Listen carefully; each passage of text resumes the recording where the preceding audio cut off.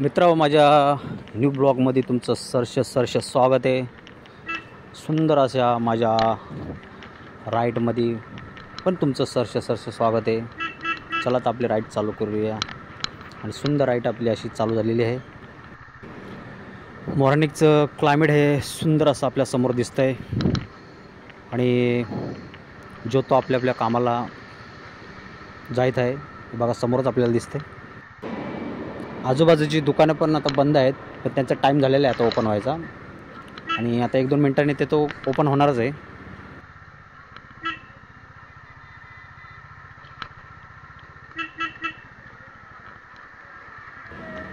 नगरपालिकावाल्यांचं काम पण चालू आहे। बघा समोर दिसते गाडी तुम्हाला। आपल्याला स्ट्रेट जाऊन लेफ्ट साईड घेऊन आपल्याला पुढची राईड कंटिन्यू ठेवायची।